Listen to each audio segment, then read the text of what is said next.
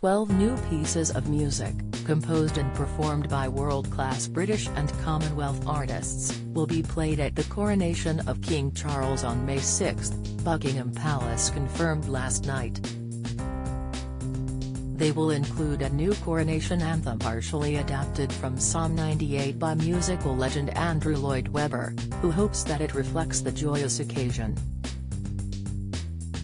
Scottish composer Patrick Doyle, known for his scores on films such as Murder on the Orient Express and Harry Potter and the Goblet of Fire, has written a coronation march.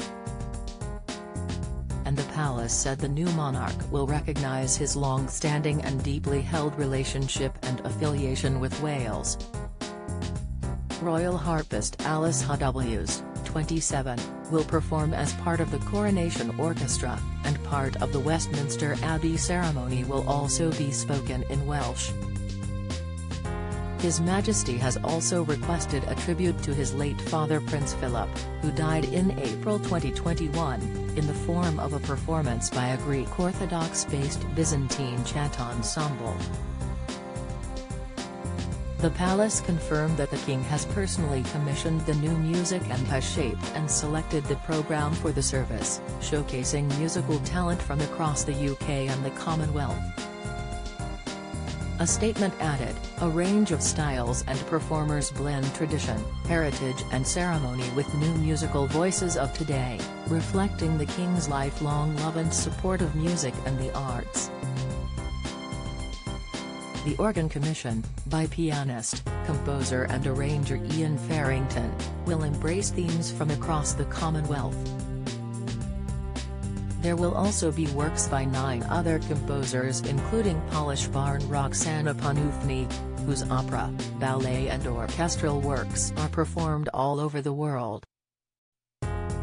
Soloists will include bass baritone Sir Bryn Terville, soprano Priti Yende and baritone Roderick Williams. The organ will be played by Peter Holder and Matthew Therese. Veteran composer Lord Lloyd Webber said of his commission, "I am incredibly honoured to have been asked to compose a new anthem for the coronation." The 74-year-old added, "My anthem includes words slightly adapted from Psalm 98. I have scored it for the Westminster Abbey Choir and Organ, the ceremonial brass and orchestra.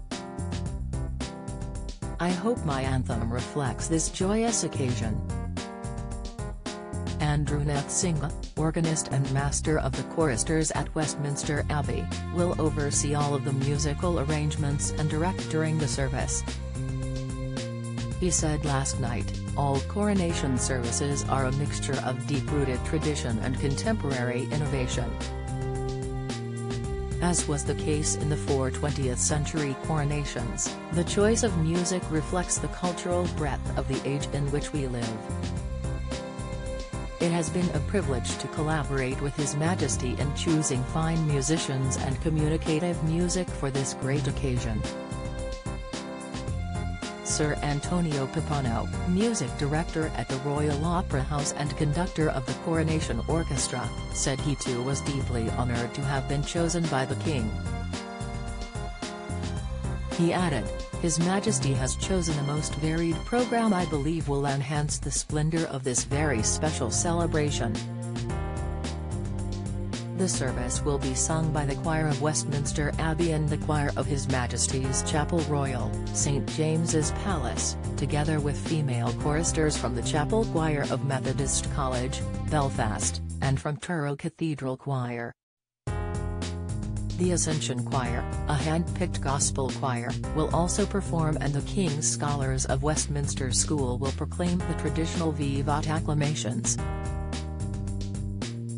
Fanfares will be played by the state trumpeters of the Household Cavalry and the fanfare trumpeters of the Royal Air Force, while Sir John Eliot Gardner will conduct the Monteverdi Choir and English Baroque soloists in a pre-service programme. The race is on among aristocrats to land a coveted role at the historic ceremony.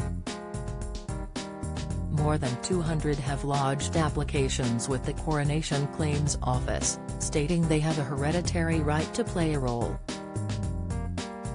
Some of these date back centuries, such as the Earl of Derby's family tradition of presenting the new monarch with a pair of falcons. Edward Stanley, the 19th Earl, remains unclear if he has birds ready. And the 60-year-old landowner admitted, "Right now, none of us have got a clue as to what is going on."